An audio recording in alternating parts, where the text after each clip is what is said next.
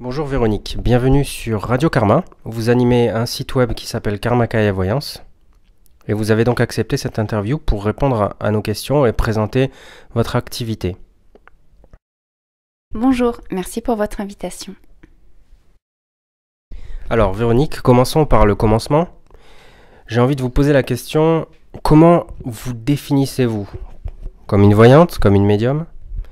Une magnétiseuse, une guérisseuse, on entend tous ces termes un peu partout, on voit tous ces termes un peu partout dans les journaux, on entend à la radio, à la télé.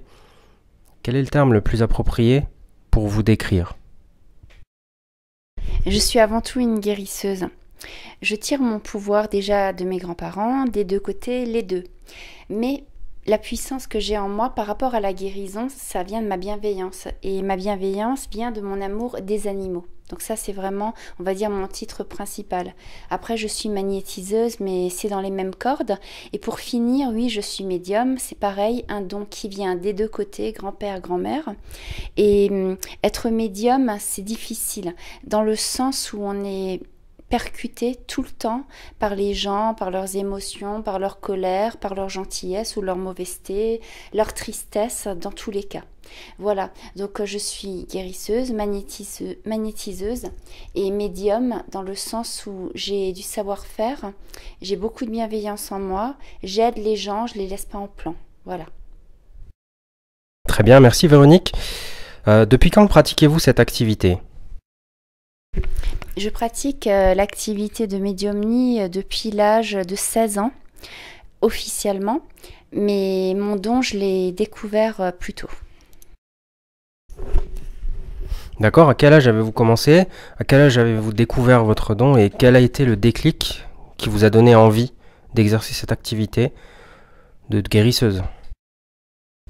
Alors, j'ai découvert mon don de médium à l'âge de 9 ans en annonçant une mauvaise nouvelle à une de mes voisines, ce qui m'a valu pas mal de remontrances.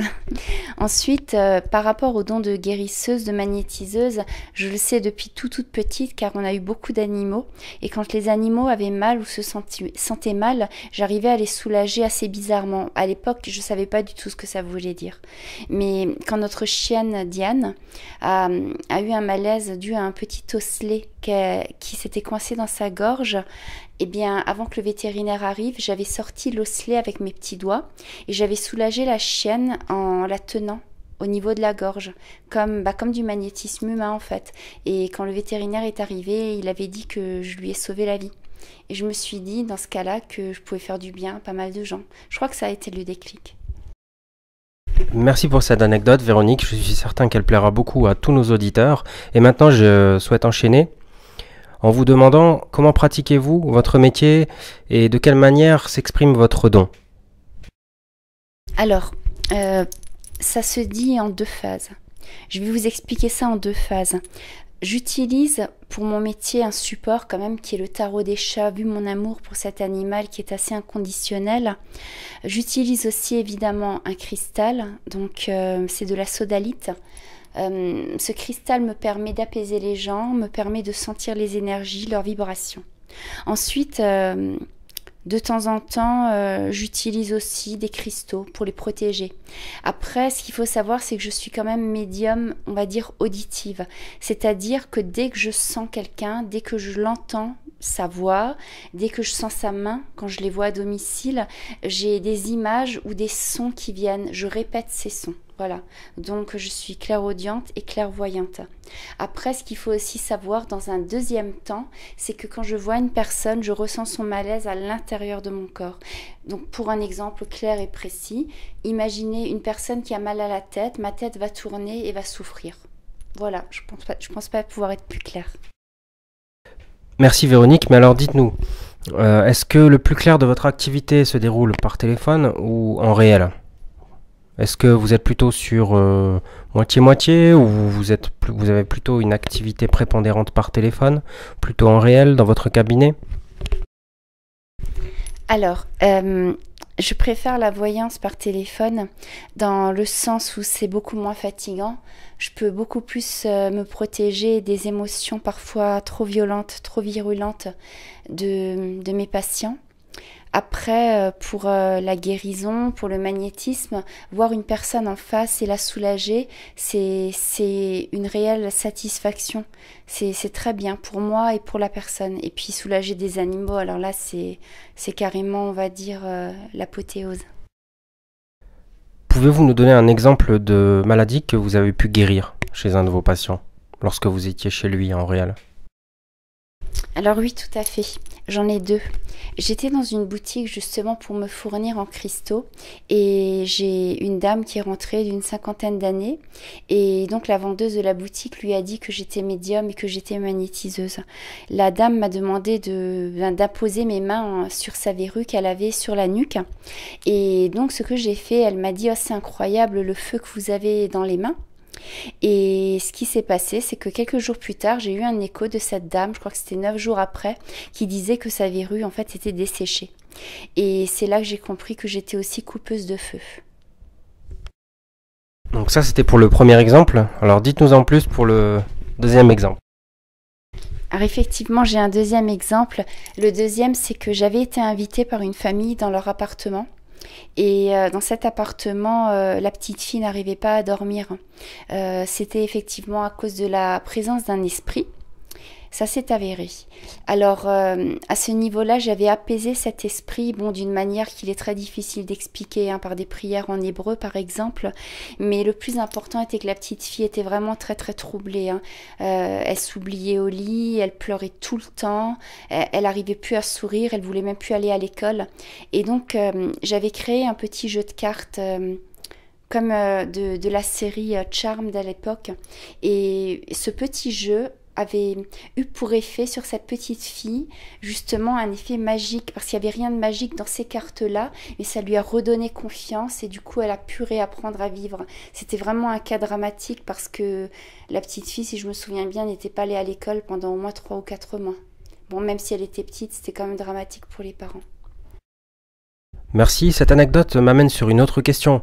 Vous parlez de prières en hébreu. Pourquoi faites-vous vos prières en hébreu? Quelle est la particularité de cette langue qui lui donne un pouvoir? Alors, l'hébreu, c'est tout simplement parce que c'est la lumière christique. L'hébreu est important dans la guérison parce que en psalmodiant, dans cette langue, on invoque, on va dire, la guérison, on invoque, pareil, les anges, les archanges, et surtout on invoque cette bienveillance dont le patient a besoin pour se remettre. Donc l'hébreu, dans tous les cas, que ce soit en médiumnie, dans les prières, dans la guérison, dans le magnétisme, a un effet, on va dire, qui vient de la source. Et cette source, c'est la source de la lumière. Très bien, merci pour cette précision. Et maintenant, j'enchaîne sur les thèmes sur lesquels vous travaillez. Pouvez-vous nous en dire plus? Quels sont ceux sur lesquels vous êtes la plus efficace? Les thèmes sur lesquels je travaille, évidemment, le plus important, c'est l'amour. Parce qu'on a tous peur d'être seul, on a tous besoin d'être aimés. Et parfois, même si c'est qu'une illusion, et faire comprendre ça, parfois c'est pas, non, même souvent, toujours, c'est pas évident du tout. Donc le thème de l'amour est effectivement le plus prépondérant. L'autre thème, on va dire que ça va quand même être l'argent. Dans le sens où la santé, les gens vont pas me demander parce qu'ils ont peur. Après la famille, je pense quasiment jamais avoir eu de questions, peut-être une par an. Donc l'amour est le thème le plus souvent, le plus courant, mais c'est surtout le thème aussi sur lequel j'ai le plus de facilité. Je pense que mon don part de là justement parce que dans mon cœur, je crois que je suis pas parfaite évidemment, mais j'ai une bonne dose de bienveillance. Merci beaucoup pour votre réponse. Selon vous, est-ce qu'un voyant peut prédire exactement dans le temps? Il est absolument impossible de prédire le temps. On peut prédire les saisons, on peut prédire quelques chiffres de manière clairaudiente, mais le temps n'existe pas. Que ce soit en voyance ou dans la vie, le temps est une énergie, n'a jamais existé et n'existera jamais. C'est purement subjectif. Très bien, merci beaucoup pour votre réponse. Alors ça veut dire que pour tous vos clients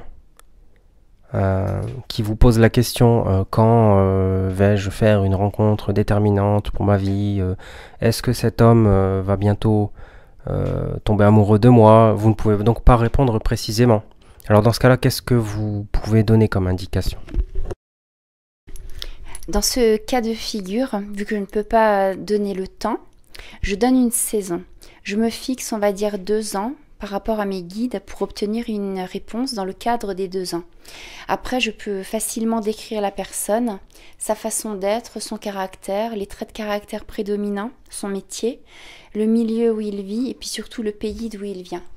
En général, ça suffit à créer la confiance et les gens me rappellent après pour me dire j'ai rencontré telle et telle personne, vous aviez vu juste, et parfois même au niveau des saisons ça tombe juste quand le contact avec mon patient est vraiment parfait. D'accord, merci. Alors dites-moi, pas mal de gens ressentent une appréhension à consulter une voyante, une guérisseuse, une médium, en l'occurrence une guérisseuse pour vous. Qu'avez-vous à leur dire pour leur permettre de sauter le pas, s'ils hésitent encore? Ou bien, qu'avez-vous à leur dire pour leur conseiller d'attendre éventuellement un peu avant de se lancer? Je conseille 2 choses aux personnes qui n'ont pas encore consulté de voyant et qui veulent en consulter un. La première chose, il faut travailler sur son évolution spirituelle et ne pas appeler de médium si on n'a pas de croyance profonde ou si on n'a pas une envie d'évoluer profonde. N'appelez pas par exemple si vous n'avez que comme seul souci le matériel. Pas parce que je veux pas vous prendre en appel, mais tout simplement parce que ça se passera mal et pour vous et pour moi. Ensuite, quand vous appelez quelqu'un, assurez-vous de la bonté de cette personne, de sa manière de faire. Si vous sentez que la personne n'est pas pour vous, qu'elle ne vous correspond pas et que les vibrations sont mauvaises, raccrochez. Il est important quand vous appelez un médium, pour ne pas avoir peur, de vous dire que cette personne sera bonne avec vous, gentille, bienfaisante et qu'elle vous aidera à aller de l'avant et surtout qu'elle ne vous laissera pas sur une réponse négative. Est-ce que vous avez des consultants réguliers? À quelle fréquence vos clients les plus fidèles peuvent vous appeler? Ou plutôt vos consultants les plus fidèles peuvent vous appeler? Est-ce que c'est très fréquent? Est-ce que ça reste une fois par semaine, une fois par mois? Dites-nous en plus. Certaines personnes avec qui le contact est très fort peuvent m'appeler assez régulièrement, même tous les jours. Quand ils m'appellent tous les jours, c'est pas forcément longtemps, mais c'est justement ce qui est le plus agréable. Ils appellent pour me donner les résultats. Moi, je leur réponds en leur donnant des détails et du coup, on va se retrouver 1 ou 2 jours plus tard. Après, il y a des gens qui appellent toutes les semaines pour savoir de quoi sera faite la semaine et il y a ceux qui appellent tous les mois parce qu'ils sont pas accros et c'est une très bonne chose. Et là, je leur décris leur mois, les événements cruciaux du mois par exemple, et il y a des clients aussi qui vont appeler qu'une seule fois et il y en a d'autres qui vont appeler 2 fois dans l'année pour faire un check-up, mais dans tous les cas c'est à chaque fois avec du plaisir et moins la voyance est longue et plus souvent les gens appellent, plus la voyance sera précise. Eh bien, merci beaucoup Véronique pour toutes ces réponses, pour votre patience et pour votre sens du détail. Je pense que nous avons un peu éclairé nos auditeurs sur le monde un peu flou parfois de la voyance, médiumnie, etc. J'espère que ça leur donnera envie d'appeler une voyante. Et je vous souhaite, chère Véronique, plein de réussite et surtout beaucoup de bonheur pour cette année 2016. C'est moi qui vous remercie et j'ai une dernière chose à dire.